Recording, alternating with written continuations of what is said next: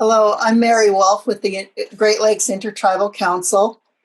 And I'm Ingrid Kundinger with the Wisconsin Senior Medicare Patrol Program. And today we are here to talk to you about Senior Medicare Patrol and how to protect yourself, your family, and your tribe. So as Mary mentioned, we're going to spend a little bit of time talking about the Senior Medicare Patrol Program so that you know that this is a program that is available as a resource for you. We're also going to just cover quickly some of the ins and outs of Medicare and then talk more specifically about how Medicare helps your tribal health care providers. And then more importantly, we're going to transition at the end to talking about how you can protect yourself from the many different fraud and scam opportunities that exist there. And then finally, where you can go to get help with questions that you might have.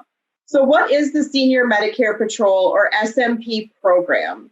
The Senior Medicare Patrol program is a federally funded program, and it exists in all 50 states across the United States. And here in Wisconsin, the program is housed at the Greater Wisconsin Agency on Aging Resources. We are a statewide program, and I'm so excited to say that we have a great partnership with Mary Wolf and her team at the Great Lakes Intertribal Council to make sure that we are bringing this information and this message to all of the folks in the state of Wisconsin who are Medicare beneficiaries, certainly including tribal elders. And as it says here on your screen, the mission of the Senior Medicare Patrol program is pretty simple. We exist to empower and assist Medicare beneficiaries, their families, and caregivers. And I like to add professionals as well in this section. And our main message is to help people prevent, detect, and report healthcare fraud, errors, and abuse.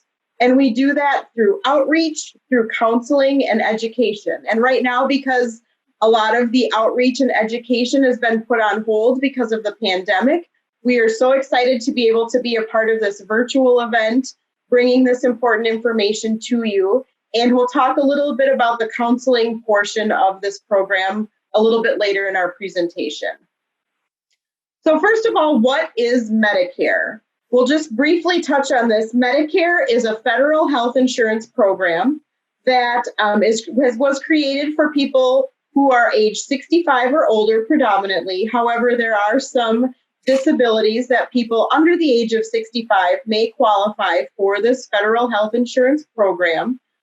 So eligibility kind of is dependent on either being 65 or having some qualifying disabilities that would qualify you for Medicare.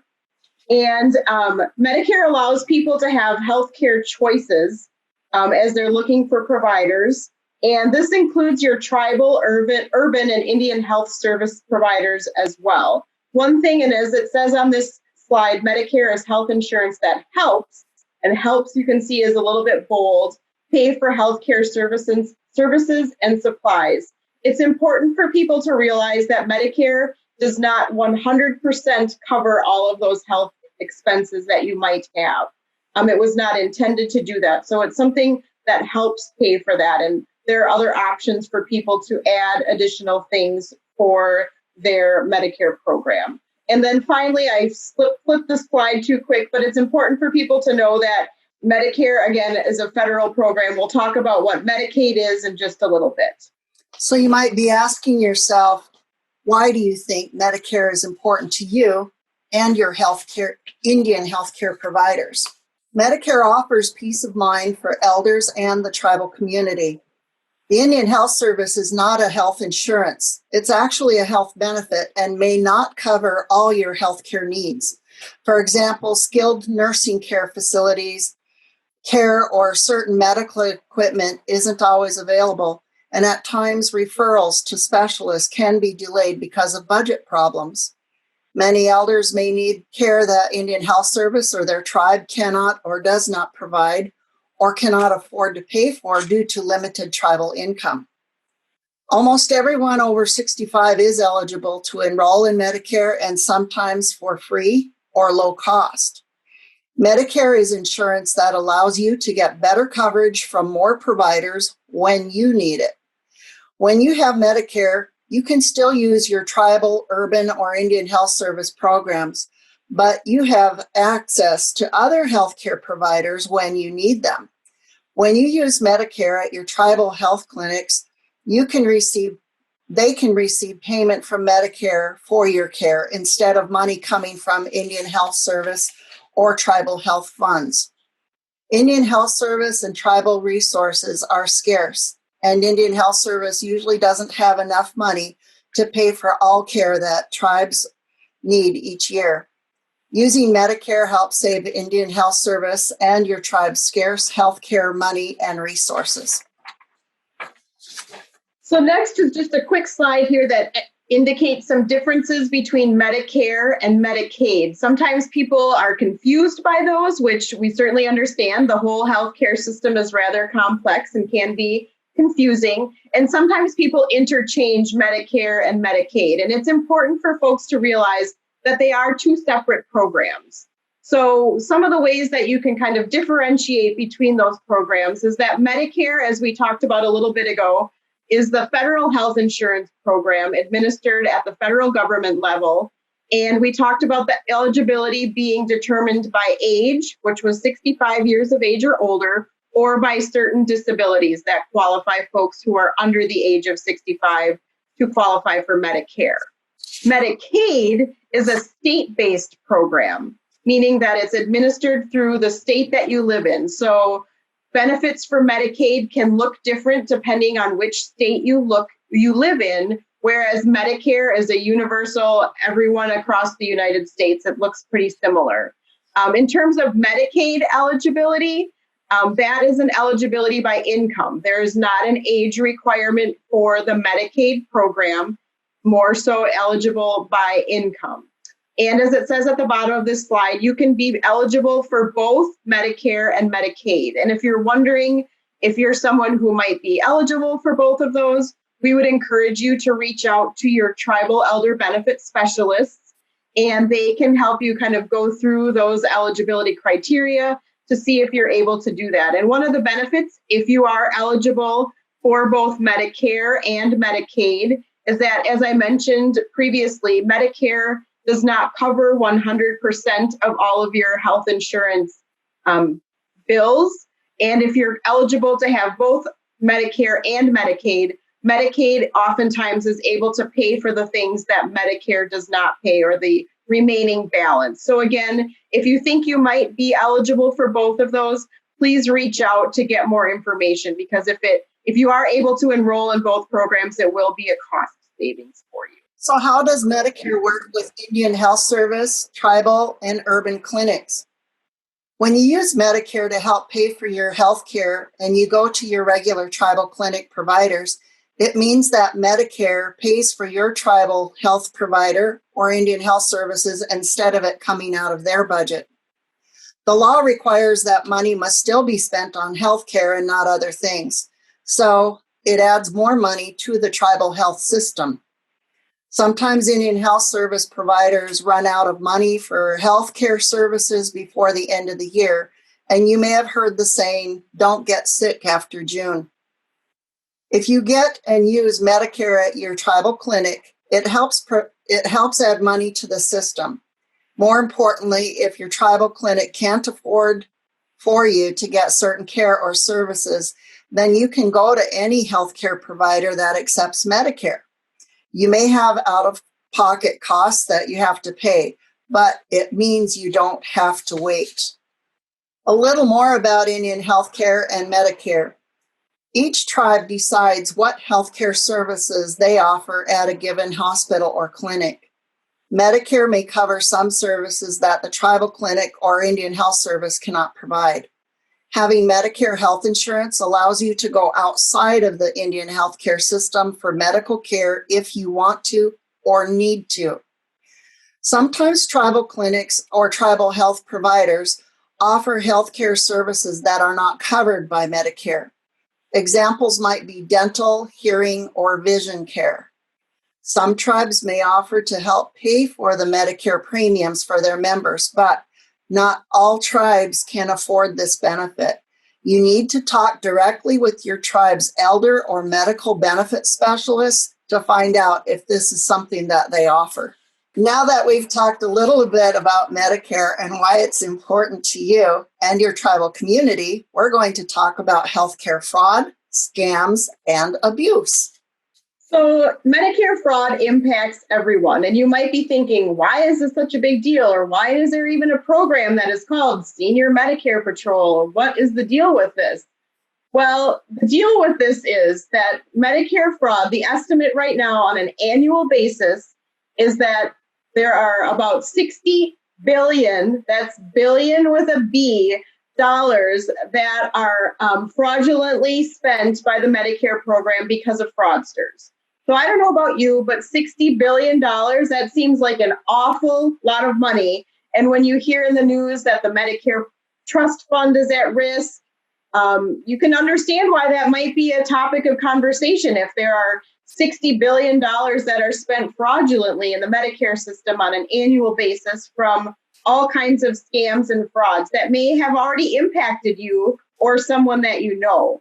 And you also probably realize that every year your Medicare premiums increase, the cost of healthcare is increased, and sometimes and taxes for everyone as well.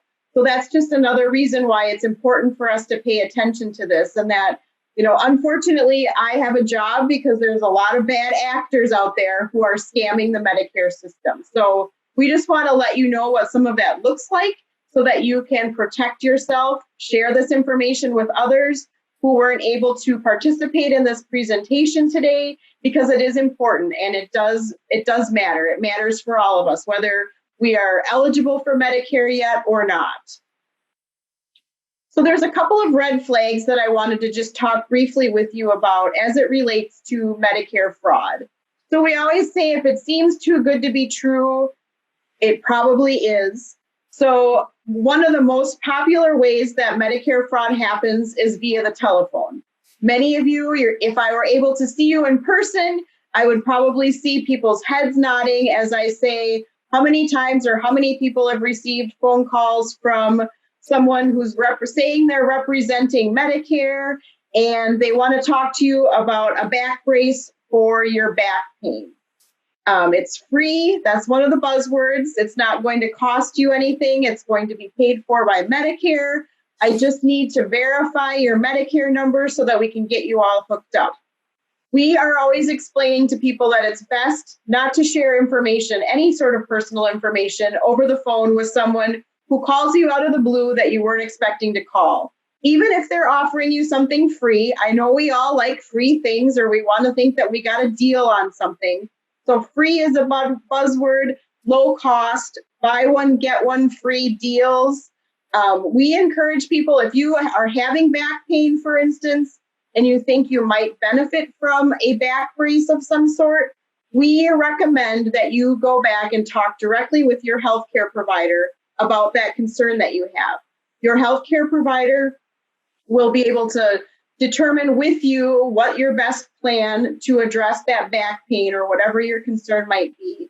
And then they will make sure to connect you with the appropriate medical healthcare company to make sure that you have a brace that fits you correctly, that you know how to use, and that's going to be beneficial. Oftentimes, when you respond on the phone or you see that television commercial offering those sorts of things, you're going to get something that's probably not very high quality.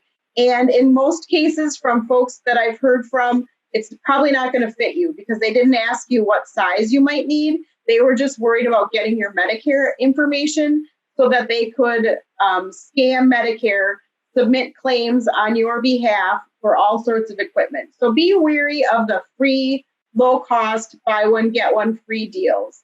Also, if someone calls, and this maybe doesn't necessarily relate specifically to Medicare, but anyone that might call you, if they're talking to you about using prepaid debit cards or needing to wire funds, or that you need to go to, say, Walmart and purchase a gift card in order to be a part of that, that's a scam.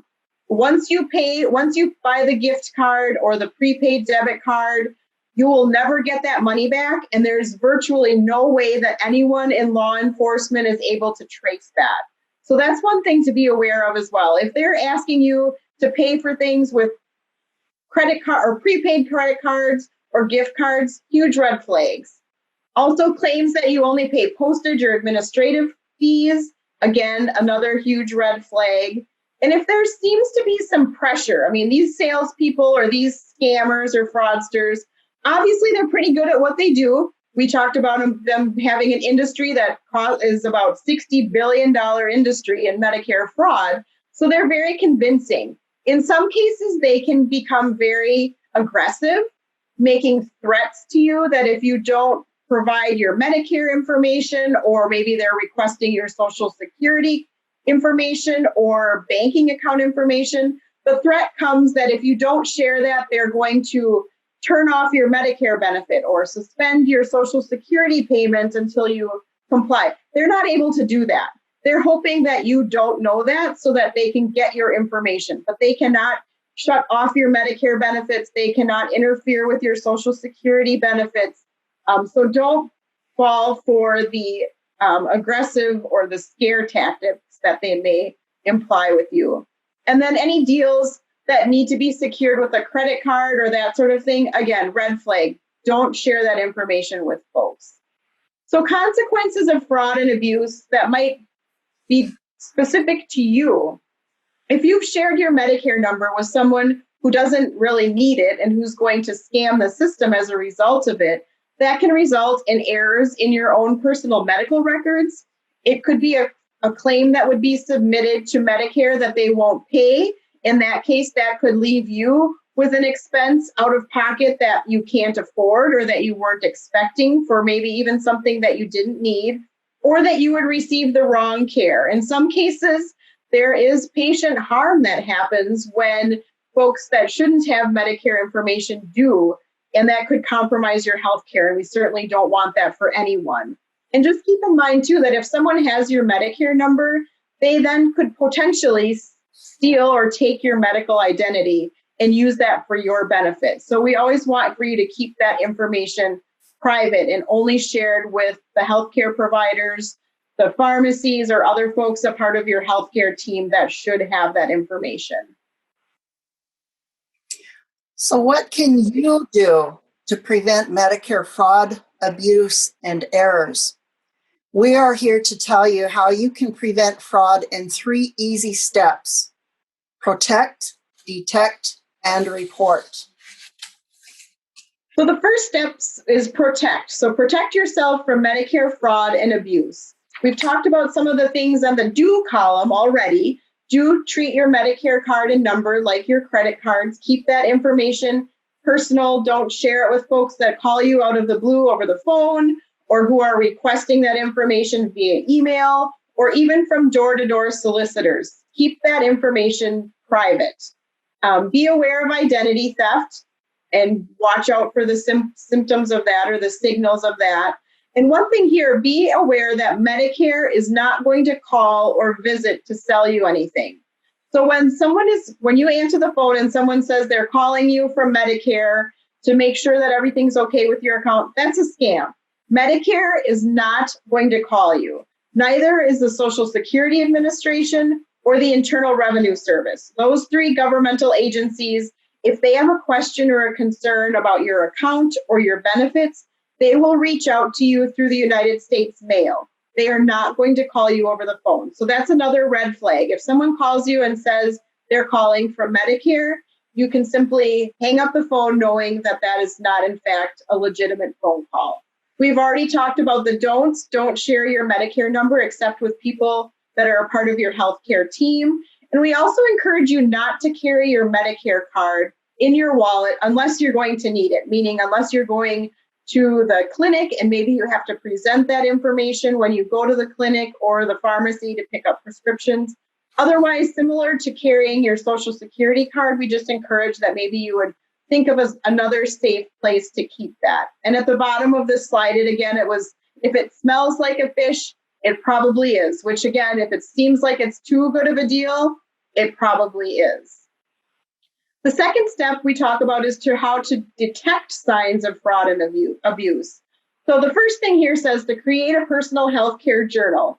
And I'm holding that for you to see. we've created a personal healthcare journal that folks can use if they would like. It's complimentary. You can request them through the Senior Medicare Patrol or through Mary at Great Lakes Intertribal Council.